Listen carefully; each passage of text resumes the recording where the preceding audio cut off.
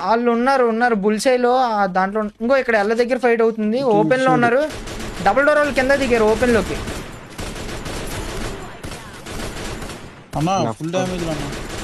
మనం రైట్ నుంచి వెళ్ళాలమ్మా. రైట్ నుంచి ఒక స్పాట్ ఫినిష్ చేసుకుంటాం.